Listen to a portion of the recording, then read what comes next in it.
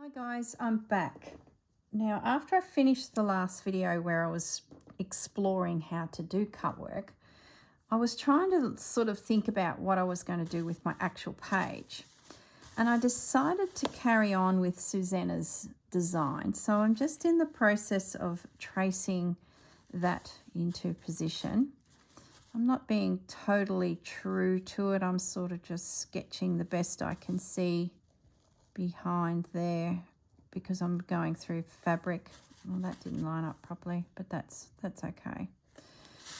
So that's Susanna's design. There is some lines through there.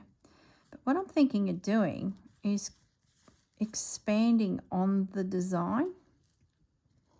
So now I'm off on my own tangent here. I really enjoyed that bridge, this guy here.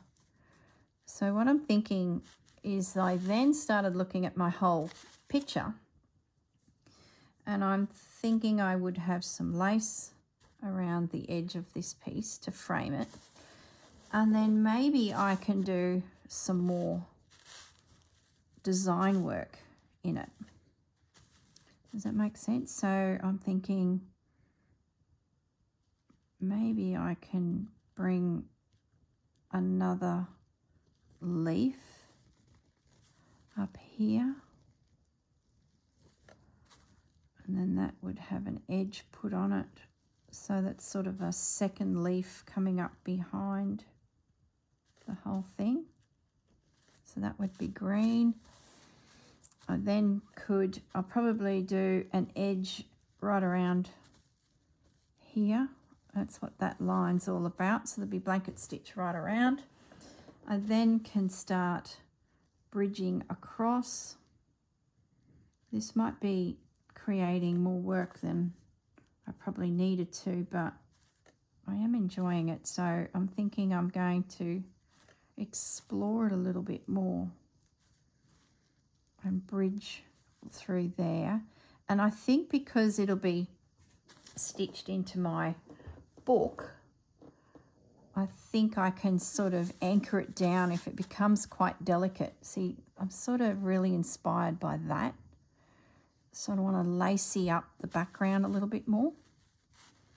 So I'm wondering how I can I get another tulip? That comes in there. Can I get another tulip peeking through the back here? Like so. So that would go through there. Give or take a bit. And then we need that little shape there. That leaf can connect in there then. Could probably do a bridge there. Do you like my technical words for all this now? Bridge there, bridge there, a bridge there, and a bridge back to there. If this gets really whoopy, I can, pin it down to the background, but it seems to hold okay when it's scooting around like so. Is that technical speech again?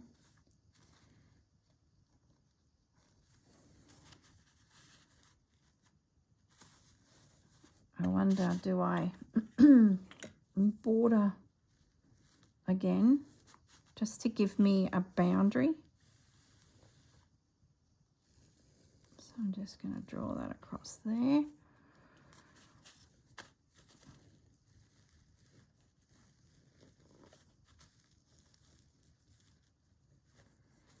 I like how Susanna's design is very fluid. So it sort of has given me the confidence. I might connect that bridge into there. I think that'd be stronger. It's given me the confidence to have a bit more of a stitch here. Do some work now in this.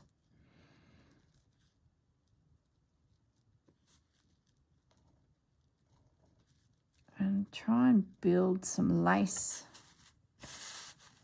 behind it all. All right, so this side, I think we could do with some more leaves.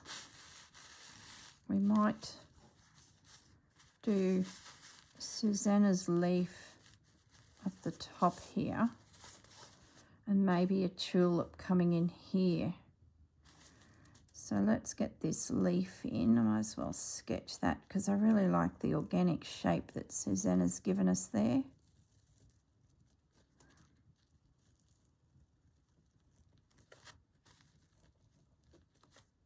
Okay. And then we need another tulip, don't we?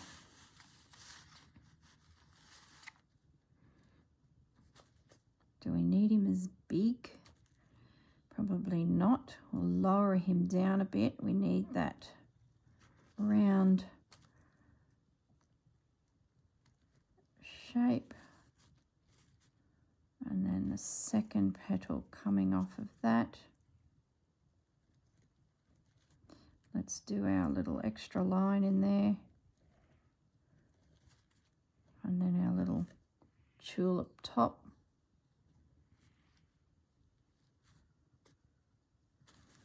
And then we might bring a stem down off of him.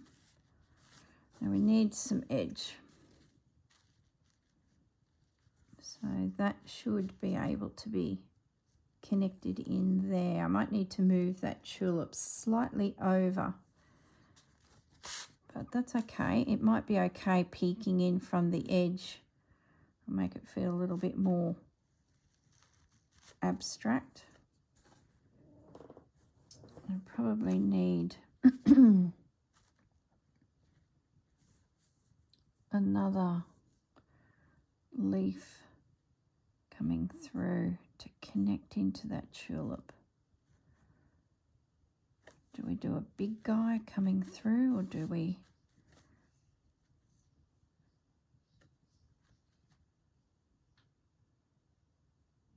I feel like we need quite a big leaf coming through like that.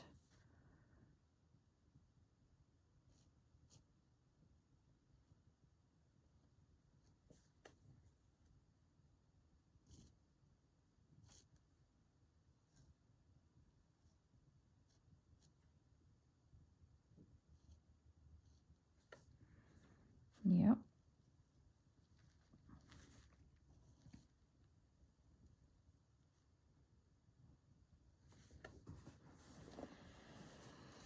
Okay, so how do we might do some open bridges here between tulip and stem. I don't know if this is going to work, but it's certainly fun trying. Maybe that stem comes right through, and then we have a bridge here and a bridge here which would support that corner. We can then come back to there.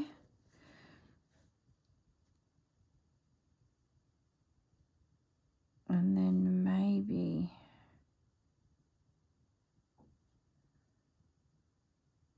a small leaf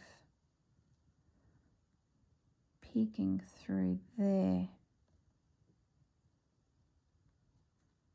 I'll bring him down a bit.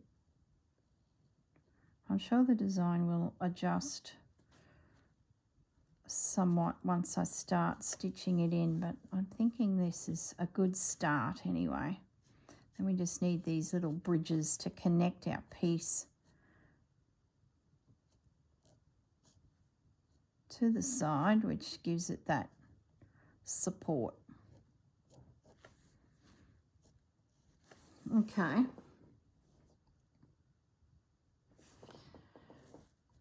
And then if we do end up doing some embroidery through here, like some satin stitch or something, we can sort of come up through here. That'll really sell in the idea that they're leaves.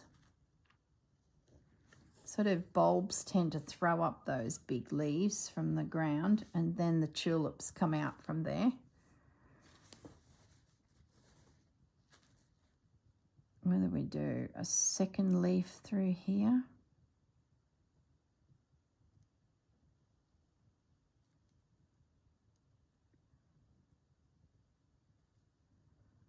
And we can come across with some cream.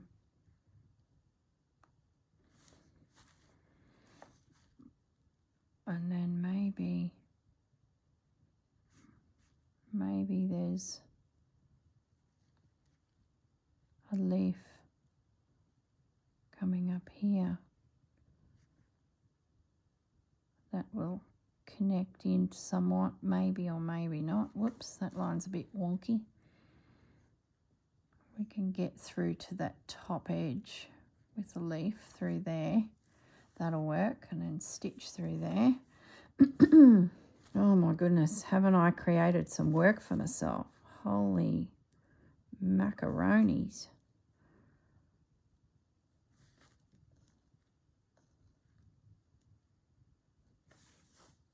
Oh my goodness, what have I done? And I do like how that frame of Susanna's piece is still there. It's like a stained glass window within a stained glass window. I like that. I could play with colour a bit too in the background. Gosh, put that through there. This is going to take me ages. Oh my goodness, what have I done? I really feel like I'm thinking stained glass windows here. Maybe, excuse me, maybe I then play with this, let's call the cream the lead that holds all the glass pieces together within the stained glass. So let's call this lead here in the cream, focused on Susanna's border. Then the lead work in the background back here is a different colour, so that this piece pops from the front. Does that make sense? I think that might work.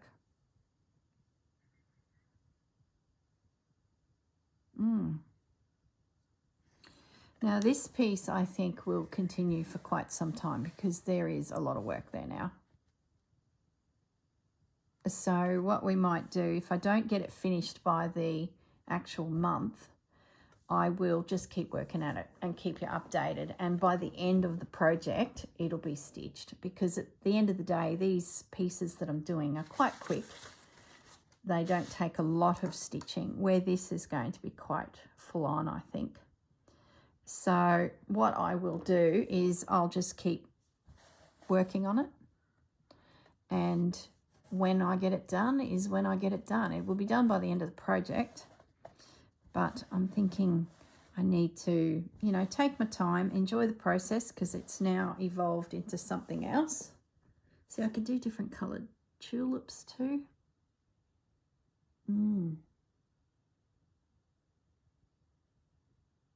Yeah, got lots of ideas going through my little brain.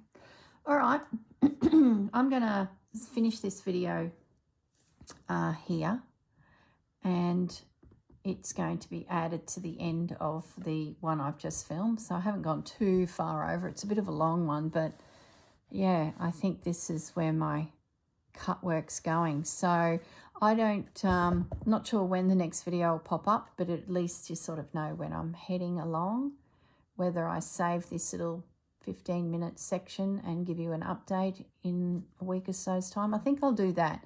I think I will. This will be video number 2. There you go. Just thinking about how it will all fall into place. I'll do some stitching. I'll have a play with colour and see how it's sort of progressing. And then I will come back and update you. I just got to remember that I've dedicated already 15 minutes to this new tangent that I'm heading on. And I will be back when I've done some more work on it. Okay, everyone. I'll see you in the next video. Bye, guys. I'm back. Now, I haven't done any more on this. It's only been about 10 minutes. And as I was sort of tidying up and putting this to one side to go with me for, you know, working on it in the next room when I watch my next movie. I was looking at this piece and I really want to find a home for it, and I don't want it to sort of just disappear into the abyss of all my threads. So, not threads, doily bits. So I went looking through my stash to see what piece of fabric I could select that could be a background, and I'm going to put it on the page next to that tulip piece. So it will have a home, and I found this piece of blue. So I'm just going to cut out, where's a bigger pair of scissors? Where's my dressmaking scissors?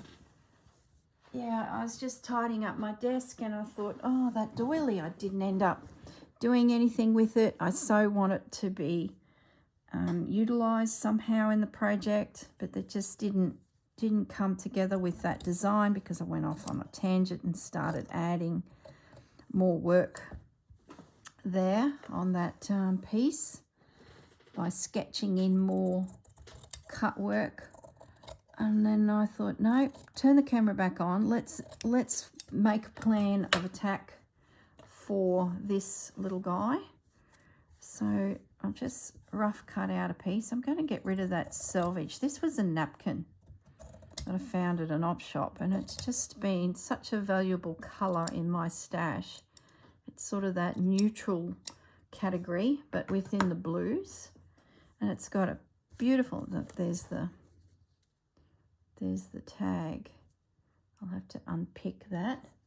It's got a neutrality. No, look, stop creating words that don't exist. A neutral feel to it. So I'm thinking, I looked at lace, I picked up some tulle, I sort of went through all some delicate types of fabrics to use as a background, but you just didn't even notice they were there. So I'm like, okay, I need a colour. So I then went to my linens and started hunting through those, and this was in amongst it. Not that this is a linen, it's just a cotton, but that rough weave, that organic weave, I think will help it hold its own behind the doily. So the plan is this will be the background. It will peek through the doily to give us a bit of a hint of colour. So it now has a home like that, and it will be forever safe in my journal as a record of cut work. And then my piece will be on the other side of it. So I'm thinking it's a double page spread is what's happening here. So I'm just going to now go and invisible stitch that down. I might even make a few phone calls and try and find out who in the family did this piece. There's two in the family that I think would have done this. So let me grab my journal back, and that page will just slide into there and can be stitched down as well. Yeah, I love it. I love it. What I might have to consider doing then is bringing in some blue maybe to my tulip design, either using an embroidery thread that brings it in, or using some of this fabric behind my piece as well as the pop of colour. But I won't probably know that until I do all the embroidery to see if it sort of can, you know, suits, if it looks okay. But as I said in the video, this is going to be an epic task to do all that cut work, which I probably have created a monster for myself. But the other colour I grabbed out is I'm using this a fair bit in my Roxy Creations Journal of Stitchery Down the Garden Path. This particular colour is popping up everywhere on the Champagne Garden. So it was sitting on my desk too. So I have a feeling that I might use that as the background to the whole piece, have the cream in there to highlight Susanna's piece, and then use this as my background. So that's sort of where I'm at with that.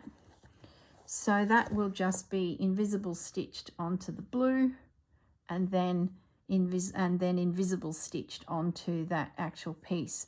I could even kantha quilt underneath it, but I don't know if I will. I think I want the doily to have its own space, and if I put lines of stitching through there, it might look a bit odd. But I could do invisible stitch but keep it very uniformed. Yeah, I'm going to do that. Okay, I'm unpinning it. You're going to think, what is she doing now?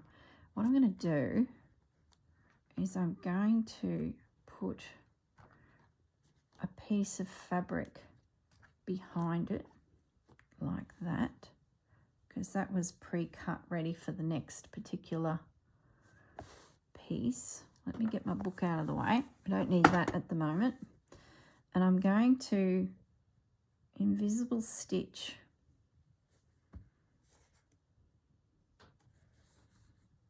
through all of this, so it will not only catch the doily, it'll catch that piece of calico or muslin in behind my blue fabric. I could probably even snip that down a bit so that the calico peeks out from behind.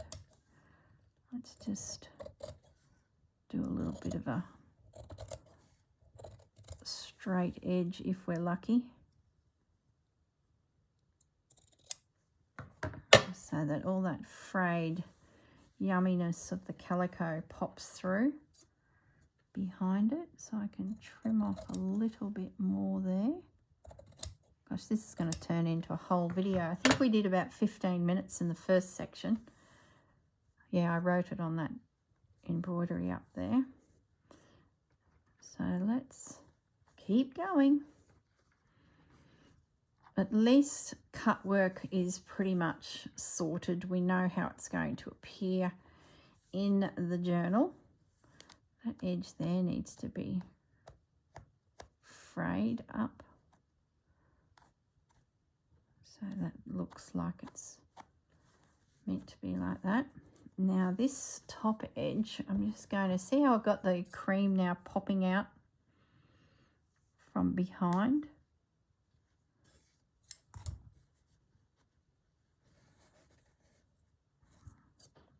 I do need to trim a little bit off.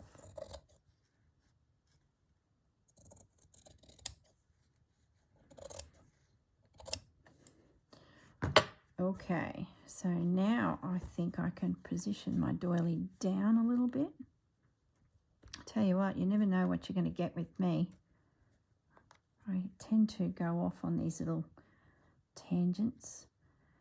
Just fits, like you could not plan that any better. I must find out who in the family's great aunt or grandmother made this. It was in, was it in my grandmother's cupboard, or was it given to me by a cousin who cleaned out her aunt's cupboard? Don't know. I will actually see that side of the family on the weekend. So I think if I show the girls the piece, they'll either recognise it or they won't. And if that's the case, I might then show my aunt to see if she recalls the piece in her childhood, because maybe I've just acquired it through thrifting, because that sometimes happens too. Some of these gorgeous pieces do pop up in amongst all that. So let me just move that there. That will go there. And then, oops, my piece can work in over there. So that is the plan. So I might just go and find a cotton now that we can use to invisible stitch down this blue. Won't be a second. Okay, I'm heading to Grandma's box of threads from her sewing room, and she was a dressmaker and she specialised in bridal. So this is like a time capsule of bridal colours and trends. Isn't it amazing? So what I'm looking for is a thread that has a bit of a dark blue tone to it without making too much of a mess. So that one's not bad. And then I can, oh, look at that one. Oh yeah, that's the one. Okay. Like I've never not found a colour in there. You know, that one's a modern one. That's like what they call invisible thread. I was using that when I was quilting, doing machine quilting. I could pop that in the sewing machine and do an invisible stitch. It's like a nylon thread. Okay, so we've got a thread that matches beautifully. Let's get the piece out. Let's get the book away. I need to commit to doing that, and I'm telling you, it's going to be probably going until September, but it doesn't matter. It's one of those pieces where I don't have to think too hard and I can just pick it up and do a little bit. So I'm really loving that idea. They're all my colours so far for that piece, which I think will work beautifully with that. All right, let's get some invisible stitch done, which is probably boring viewing. So if you did want to continue on with your day, feel free, because all I'm going to do now is get some stitches down on this background. But this time I'm going to be quite uniformed in my distance between them all.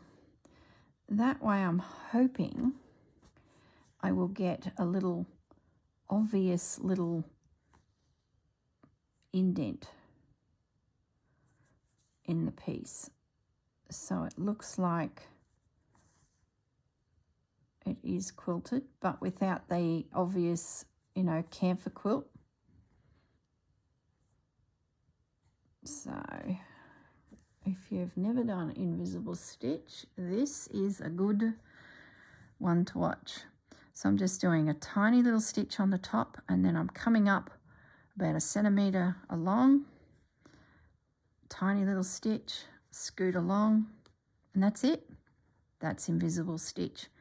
That will give it a little, not a little quilted sort of feel to the piece, and it'll really marry everything together.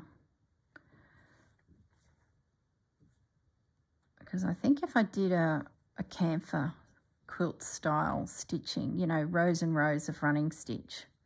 Here's some kantha quilt sitting in my little box here. I hope to include that there. If I do a heap of that behind it, I think it would just be lost.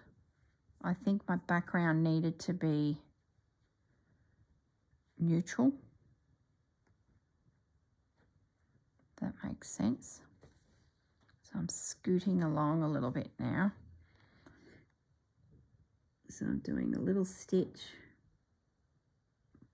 back down, back up, little stitch, back down, back up, just so that there's less movement on my wrist. You know, the up and down motion there to get across the top of that piece of fabric.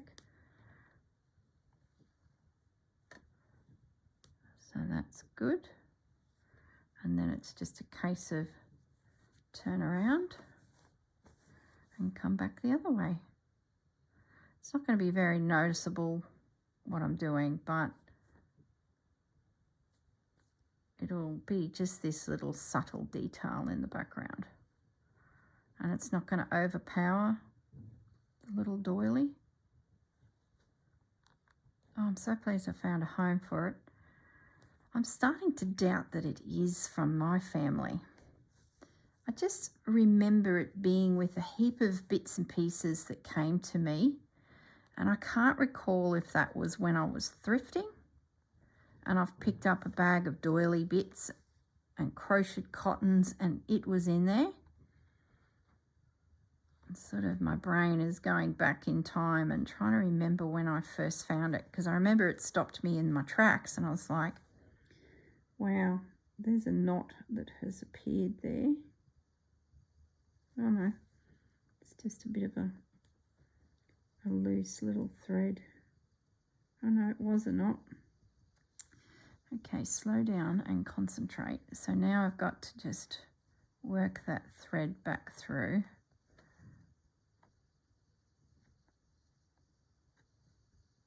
To catch up to where I am. That was a good spot. It would have been very disappointing if I was like there and I noticed back up on my very first row there was a little error in my stitching.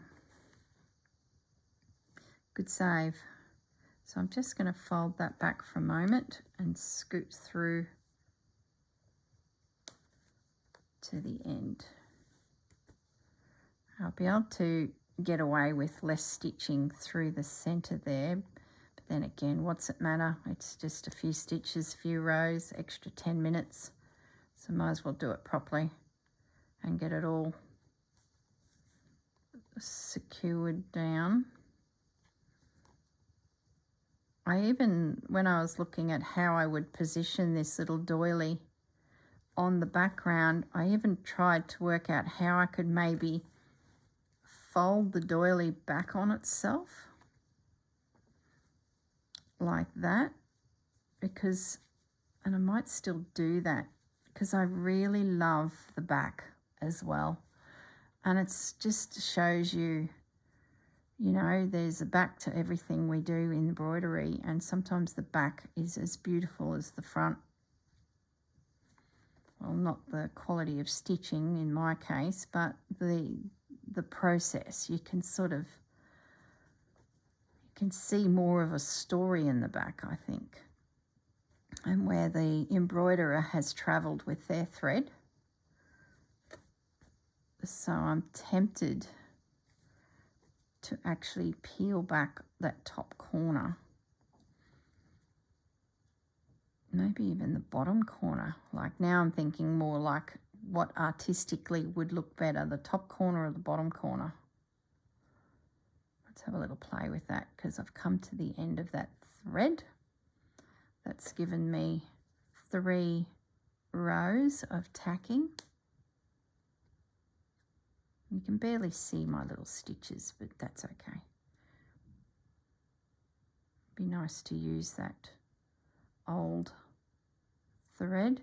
I had to mend a skirt that I had Bandit, my Australian Shepherd dog. He's a year old. He had a bath with the hydro bath lady and he hates it. He thinks he's going to die at any moment. He howls like a dingo or a husky. He just, oh boy. So there's a lot of paws going everywhere as he's very, very annoyed at the fact that he's getting his beautiful coat wet. So in the process, I'm on my hands and knees in this pet caravan-y thing, trying to get this dog to just settle and enjoy the process, which is not going to happen.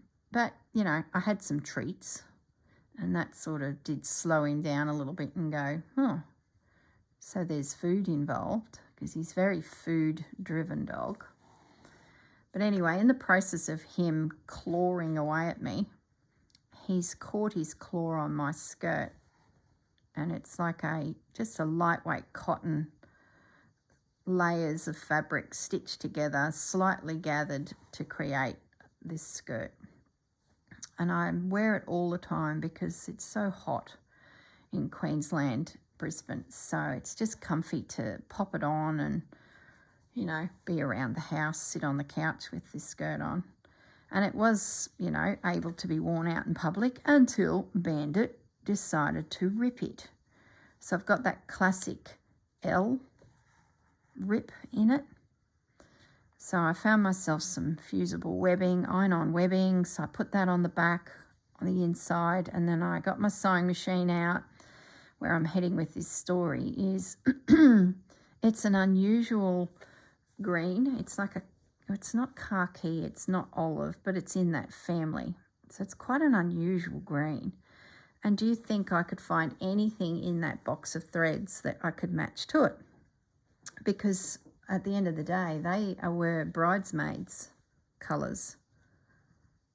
So, or maybe I thought a granddad shirt might have had a button needing to be stitched on, and I thought maybe some of those khaki colours might be in there, but no, there was nothing. It's not that, it's lighter. It's more pastel. Anyway, I'm getting sidetracked. I went through that box of threads, nothing. I was like, oh, come on, Grandma, there must be a thread in there. So I ended up just going with a darkish grey, which worked beautifully because you can barely notice where the repair is. It's a bit of a bodgy repair, but it's repaired. And I chose this grey and I run it through my sewing machine and it split and it furred up. It was not good. So I think those cottons are too old now to do really too much with them on a sewing machine. I think they drive me nuts as they are breaking down. But for this type of work, tacking and embroidery, they're probably about all they're good for now is just a bit of, you know, slow stitch. So I nearly threw it in the bin, but I couldn't. Isn't that silly? I kept it. It went back in the box, even though I know that it's disintegrating. Now that I say that out aloud, I need to go and get it and put it in the bin because it's silly. Okay, so I've finished that row. Now let's have a look at this doily. Do we do a turn down edge? Do we showcase the handiwork on the back? Do we do that from the bottom? I don't mind that. Does it sort of look odd that I've done that?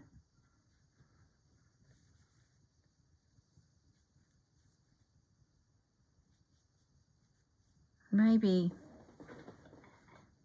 I stitch it invisible down through here and I just leave that edge so then I can just pick it up and have a little look. I don't know, I'm going to have a think about it. Artistically, it's sort of not looking good turning it, I don't think. I don't know.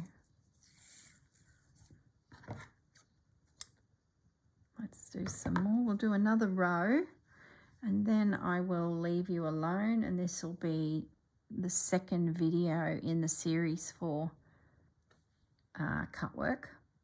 And when I kick off on the next video, which is vintage sewing accessories, oh, that sounds interesting. I'll have to see what Susanna does in that series. By then I should have some cut work completed. And I can give you a bit of a look at it, see how we're going, if it's working really well, or was it a crazy idea and I've ironed all those blue lines away and I've just forgotten about it. But I think it'll work. Stay tuned. So the next one is, vintage sewing accessories. What is going on here? Did I put a knot in the end?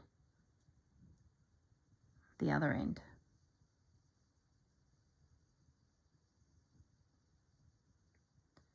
Sorry guys, a little bit distracted here, thinking about the next block when I should be focused on this one.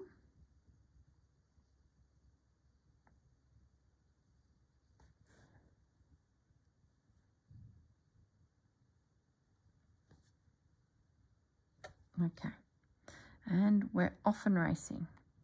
I think my knot was just too fine and it was just pulling through my work.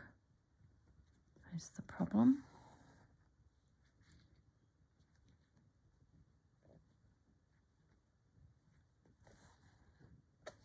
Lovely, that's coming down nicely. I should just get rid of the doily, it's in my way. You can just see the subtleness of the little stitches. Sort of gives you that quilted feel. It's gone all lumpy bumpy through here. Looks good. It probably is not showing up on camera, so it's really no benefit to you guys at all. Seeing what I'm seeing. Trust me, it looks good. And the fabric is now one with the back. It's given it more of a substantial feel. Have I got enough thread to get back through?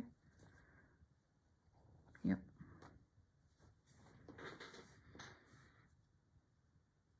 So what have you all got planned for the rest of the day? It's, what time is it?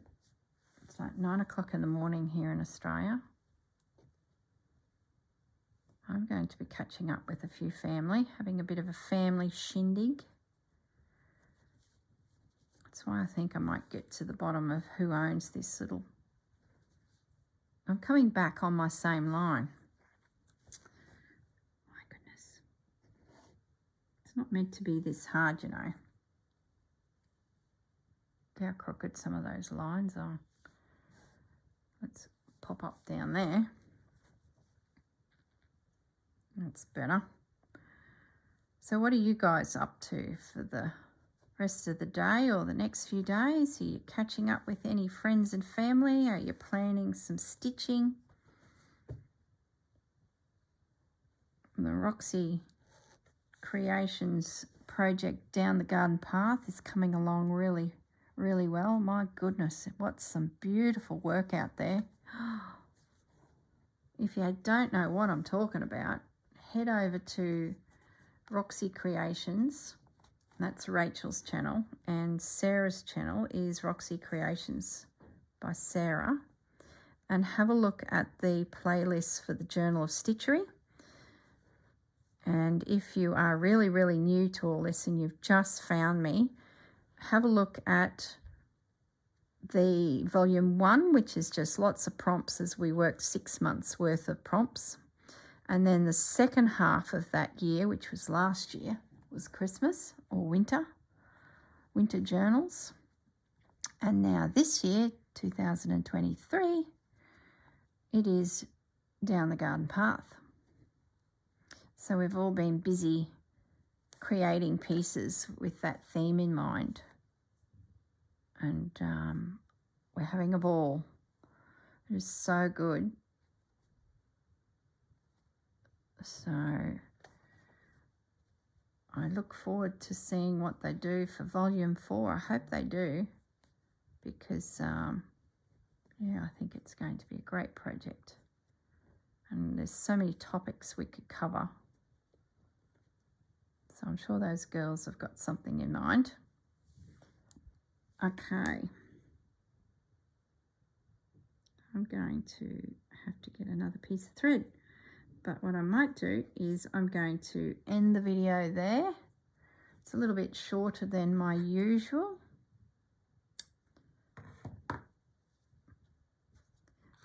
So I'll keep going. So that's all connected.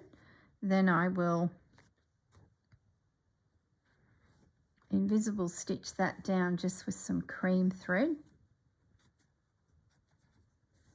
And it will be ready to place and put my needle in there so I know where it is. It will go in here opposite this panel. And I may even put the blue fabric. I don't have much left. Will I get the piece out I need? That's nice and wide. I might be able to use that blue behind there, but we'll see. It may or may not suit it. So I probably need to just hold the horses. Might be too much. I'll put it back in the box of tricks here so that it's there and I don't forget about it. And as usual, I've got a little box dedicated to the project, and Susanna's original template is just on the front there, just with a little bit of sticky tape on the lid just to hold it, the instructions. And I've also popped in that lace because if you remember, I used this lace to create my border around the page so that my design came in a little bit. And when I went to pack up, I realized that I have just, let me zoom out, I had just enough left on the roll. Look at that, a little bit left. So couldn't have planned it any better. So that piece of lace now is tucked into my box of tricks. That's one spool off my desk. So that will stay in there and be ready for when I have finished all the cut work and I'm working on the, the border. All right, guys, that's it for my cut work video. Like I said, because there's so much work in this, I believe I will be back next month with the next prompt, which is vintage sewing equipment and notions and things like that. I don't know, I'll have to go looking. I've got some old linen covered buttons that I could certainly bring in, and they're still on the card. I've got some clips that you would, the loop and the hook goes over it. They're on the back of bras, those hooks, hook and eye. I've got some of them. Yeah, I might have a look at some of those types of things and see if I can create a collage with some of those elements. So that'll be in the next video for next month. All right, guys, look after yourselves. Have a great day. Enjoy your stitching, and I will see you in the next video. Bye for now.